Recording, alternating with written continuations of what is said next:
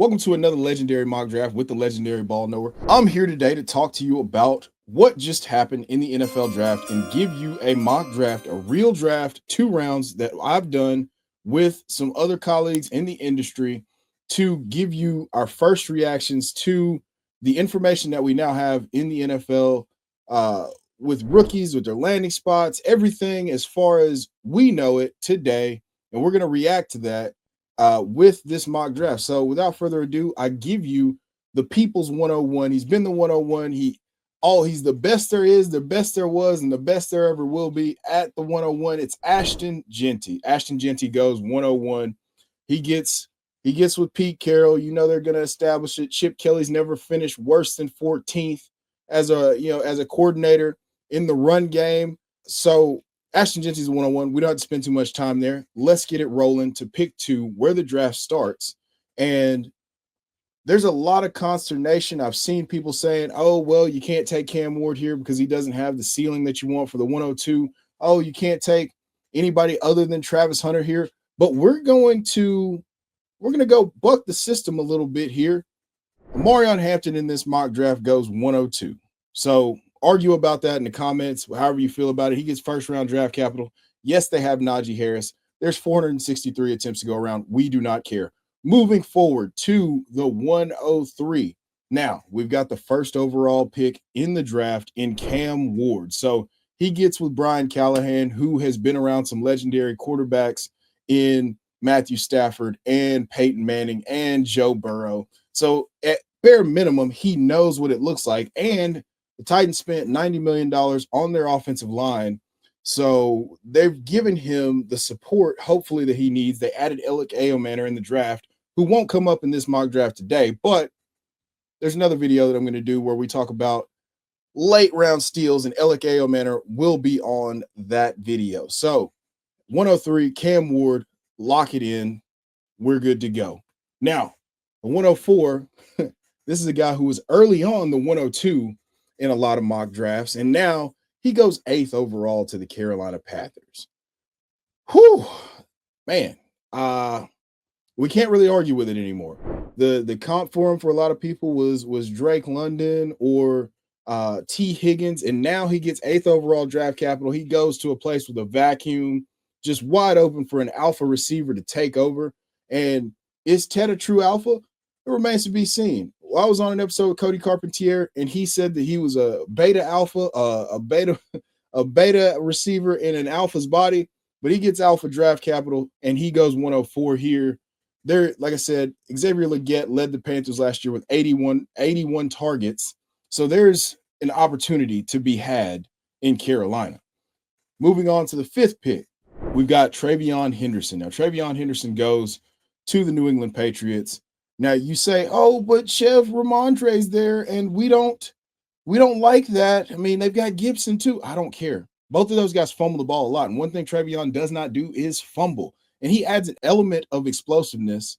He's not an elephant. He doesn't move like one. He moves like the slick sports car and explosive weapon that he is. I think that job is going to be his sooner than later. So I don't mind that pick at all. Now, there's one name that you haven't heard called yet. And I got a lot of flack in the comments for not selecting this guy higher in a previous mock draft. Well, here we are. And at the 1-6, you've got the 2nd overall pick in the draft. You've got Travis Hunter. Now, Travis Hunter here goes into the Jacksonville Jaguars. He's the GM, Ellen the GM, James Gladstone, comes in and says, Travis Hunter is going to play primarily at wide receiver first, and then he will play in packages at corner. Do I know how that works from a real football perspective? No. Maybe I don't know enough ball to know how you can moonlight at corner, but they're going to try to do it. That steams his value up quite a bit. So he goes at the 1-6 here. People are saying he should go at the 1-2, but that's not our problem. He goes 1-6 here. Moving on to the Cleveland Browns, who were the early favorites to get Travis Hunter. They trade out of the 2nd pick, they trade to the 5th pick, and they take Mason Graham. But then in the 36th selection, they take Quinshon Judkins. So Quinshon Judkins goes to the Cleveland Browns. This is one of my favorite running backs in the draft. He goes 36th overall.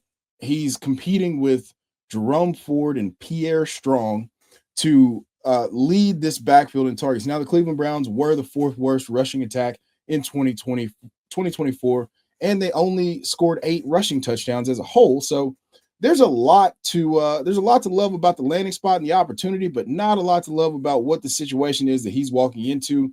We got some questions on the offensive line, but Quinshon Judkins is a man among men, true freshman breakout, and now he gets the early day 2 draft capital going to the Cleveland Browns.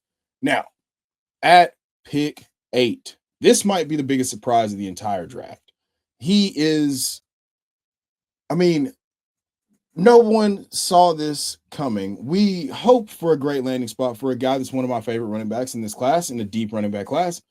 And this was the home run landing spot. RJ Harvey goes to the Denver Broncos. He's the Sean Payton factor back, and people are losing their minds about this. You're hearing, oh, he's a 24-year-old running back. There's no way I'm going to select him in the first round. Hey, if you don't like fantasy points, you don't like what Sean Payton does with running backs, the last time that he traded into the second round, or early third round, was to select Alvin Kamara. How'd that work out? Oh, we don't want to talk about that. But anyway, he goes 60th overall to the Denver Broncos, and in this mock draft, he goes 8th. So now we've got RJ Harvey all the way into the first round. He had been a third round selection throughout the mock draft season, and now he's in the first round. We got landing spots, and there has been no bigger change on any player other than this guy. So that's really exciting. So now that pushed some value down the board, and we're going to get a guy who was the consensus tight end one for quite a few people. This is a Superflex tight end premium. So we've got Tyler Warren. Tyler Warren slides down the board. He slides to 1-9.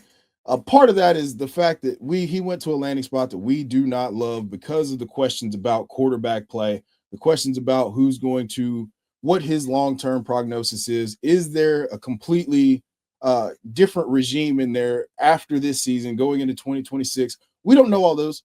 We don't know the answers to all those questions, but what we do know is right now, right here, right now, Tyler Warren is the 14th overall pick. And in this draft, he goes 1-9. Again, Superflex, tight end premium. Tyler Warren goes 1-9. That's extreme value. Speaking of another value, moving on to pick 10, here's another shocker. Emeka Egbuka being selected by the Tampa Bay Buccaneers in the first round, pick 19. I did not see this coming. I don't think anybody saw this coming. But he goes to a landing spot where Mike Evans only has a void year on his contract after 2025. Jayden McMillan was a 5th-round pick last year. Now, he broke out towards the end of the back half of the season. But if you were evaluating these two players, would you have a higher grade on the first-round selection who people viewed as not a blue-chip prospect, but one of the best wide receivers in this class, or Jayden McMillan? Then you have Chris Godwin coming off a gruesome injury. So when you start to dig a little bit deeper, no mock draft that I saw had the Tampa Bay Buccaneers selecting Emeka Egbuka, but here we are, and here he is at pick 10 of the first round. So far, you've got a couple guys with questionable landing spots coming, kind of filling in the back half, and then we blow your socks off with the 11th pick here. This is a guy that tight end 2 for quite a few people. We've got Colston Loveland going to the Chicago Bears, 10th overall pick, and he goes at the 11th spot of this draft. And now we have Ben Johnson calling his shot, pulling a Babe Ruth, and picking a tight end that is going to be a part of their plans. How that breaks out for fantasy football, we don't know yet, but we know that you don't select the tight end 10th overall with no plans of using him. We've seen what Ben Johnson did with Sam Laporta, 120 targets last year, or in 2023, broke the record as a rookie, comes back, not such a great year this year, has great touchdown equity, but Colston Loveland is the pick here.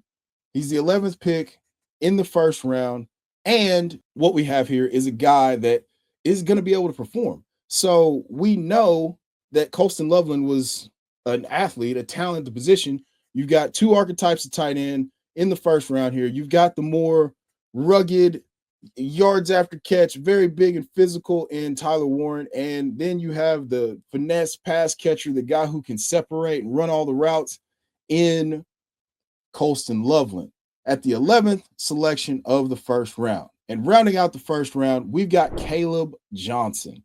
So Kaleb Johnson, one of the darlings of the draft process in this deep running back class, gets dinged a little bit because of the poor testing at the combine. But again, he hit 22.7 miles an hour on the GPS, so we can't hold him to too much. We can't question his speed too much. He goes at the 112 here, closing out that first round. And now we're getting into some interesting territory here because the decisions made in the second round, we're going to follow along and see what you guys like and what you guys don't. Please leave it in the comments. Tell me why you think these are the right places. This is great value. This is not great value. Talk to us in the comments about that. But moving on to the 2-1, the second pick of the first round, we've got Mr. Run After Catch, Luther Burden. So he created the most missed forced tackles amongst wide receivers in 2024 in the entire FBS division. 30 missed tackles.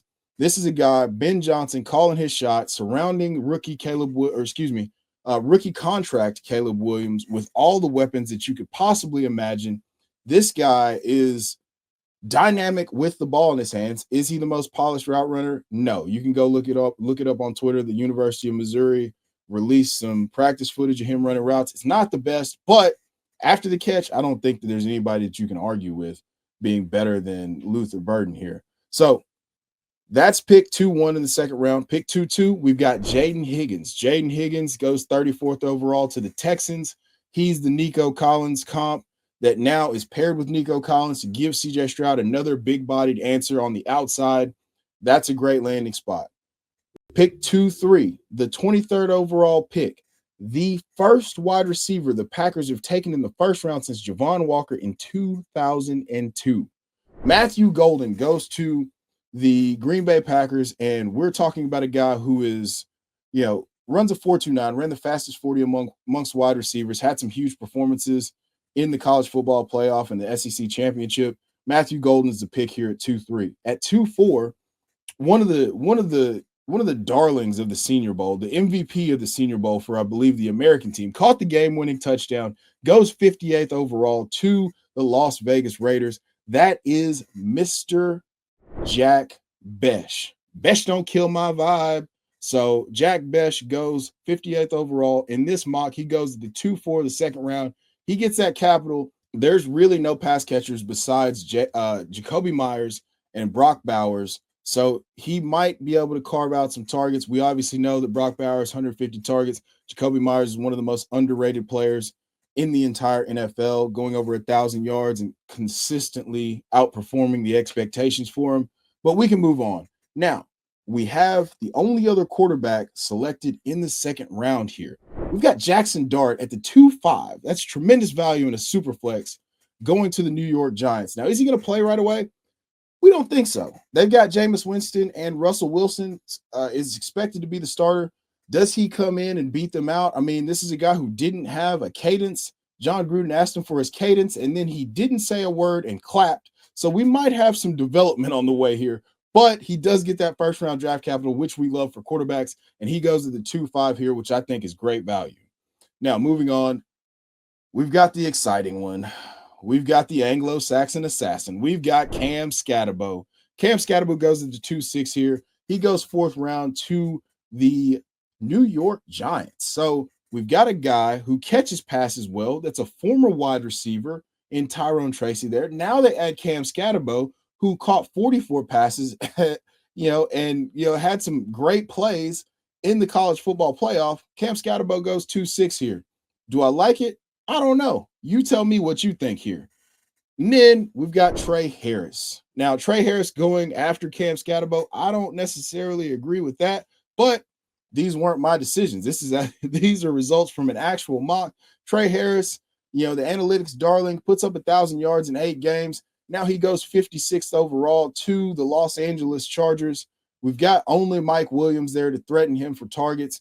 He's not going to occupy the same areas of the field as Ladd McConkey. So I feel great about his opportunity here to come in and command targets day one. And he goes at the 2-7 right here. At 2-8, we've got Mason Taylor. Now, Mason Taylor, you say, oh, gross. Like, he's just not that exciting. Watch the gauntlet drill. Go look up some of his performances or some of his reps at the Senior Bowl in one-on-ones in the red zone. This is a guy that's big and physical and knows how to use his body. And I think he's going to be able to contribute.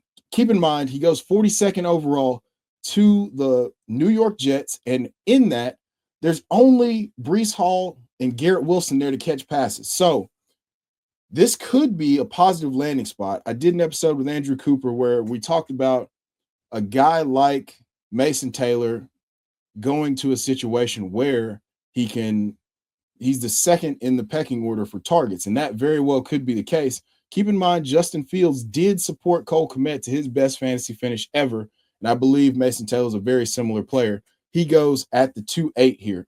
2-9, we've got Tyler Shough. Tyler Shough goes to the New Orleans Saints at pick 40. He has the highest RAS score of any quarterback in the draft, 9.53 RAS score. Now, he is a little bit older. He's 25 years old, but he's a former 5-star recruit. He's suffered a bunch of injuries, but now he was able to stay healthy this year, and he gets that draft capital going in the second round to the New Orleans Saints. He goes at 2-9 here. Now, another darling, another RAS darling. We got Bhayshul Tuten going here at the 2-10. Now, he goes in the fourth round to the Jacksonville Jaguars. And there's a little bit of uncertainty in that backfield, but people do know, they remember very vividly a guy being a day 2 selection last year in Bucky Irving. And he goes and he's in the Liam Cohen offense and he shows out. Now, what you have is an incumbent starter that was not efficient on a per touch basis in Travis Etienne and Rachaad White. You've got no backup. I take that back. No shade to Tank Bigsby here, guys. Okay. So but what I'm saying is there's a path for touches here for Bhayshul Tuten, as evidenced by his second round selection in this rookie mock draft. Moving forward, we've got Jaylin Noel going at the 2-11 here. So Jaylin Noel goes to the Houston Texans, and he's the 79th overall selection in the 2025 NFL draft. He's paired up with his teammate in Jayden Higgins, and what they're doing is they're insulating themselves to give themselves weapons. Obviously, Nico Collins misses time on a regular basis. I believe 15 games is the career high in games played for Nico Collins. And Christian Kirk can't stay healthy. When he was healthy that one time, he finished, in Jacksonville as the wide receiver 11, I believe, in PPR. So he has a talent, but he can't stay healthy. We're adding weapons to rookie contract CJ Stroud to give him options and easy buttons. So Jaylin Noel goes at the 2-11 here. And then closing this out, you have Elijah Arroyo going to the Seattle Seahawks, the 50th overall pick. And John Schneider was thrilled about this pick. He says, and this is a direct quote, he says, if Elijah Arroyo didn't get hurt, he's a top 15 type of talent that we got in the second round. He can line up at outside X wide receiver and do all those things. He can run the complete route tree. So is that signal or is that noise? We've got to watch what the team actually does. They don't bring in any early wide receiver capital. They do take Ricky White and Torrey Horton, who I will be discussing in another video about late round rookies. But this is a 2-round mock draft. You guys let me know exactly what you think about all of these selections. This is our first reaction to what we have. Obviously, things are going to change as we get into rookie mini camps and OTAs and we have more information. But until then, this has been another legendary mock draft. I'm the legendary ball knower. Like, comment, subscribe. Tell me where I'm right. Tell me where I'm wrong. Y'all take care.